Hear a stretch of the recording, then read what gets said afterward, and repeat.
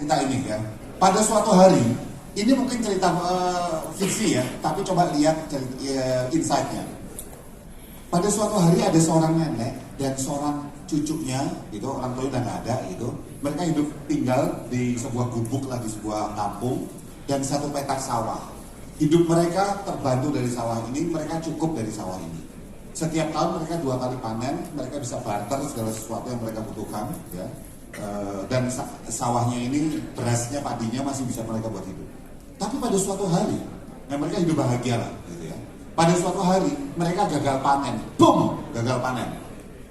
Normalnya nenek dan cucunya ini sedih atau bahagia? Sedih. Oke. Tapi kan hidup harus berjalan terus, life goes on. Apa yang dilakukan cucunya bilang sama neneknya, nenek tetap urus sawahnya sebisa mungkin nenek. Saya akan nyari kerja di desa tetangga. Ya katanya di sana ada saudagar kuda yang butuh pembantu, ya untuk urus kudanya. Akhirnya si cucu ini kerja di saudagar kuda di desa sebelah. Diterima. Bahagia atau sedih? Bahagia. Tahun depannya dia balik dan karena kerjanya rajin, jujur, nggak amot-amotan kerjanya, dipinjemin kuda untuk latihan kuda dia. Ya, zaman dulu udah mahal, sekarang juga mahal. Nah, ini berita membahagiakan, menyedihkan, membahagiakan. Terus karena seneng, kayak lagi libur seminggu gitu, lagi berlatih kuda, jatuh, pak, krak, kakinya patah. Sedih atau bahagia? Sedih. Ya sedih, nenek dan cucu ini sedih.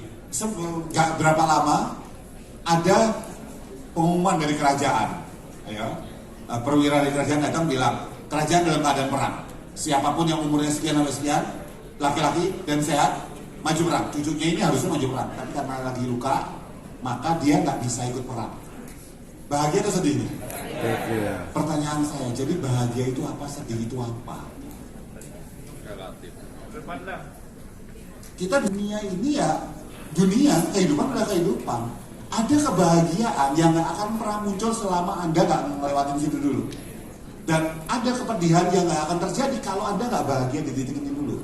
Dan semuanya itu tergantung pada pilihan-pilihan yang Anda buat sebetulnya.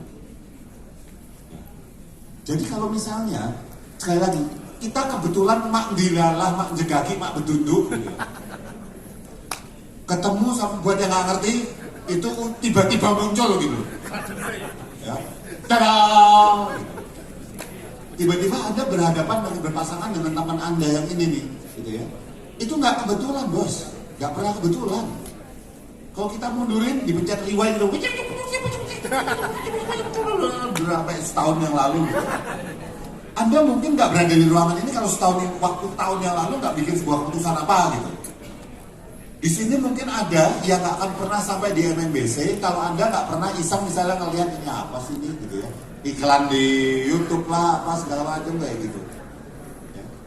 Dan Anda nggak akan pernah melihat iklan itu kalau mak dilalah hari itu, ya. Anda nggak kemudian lagi buka laptop, misalnya.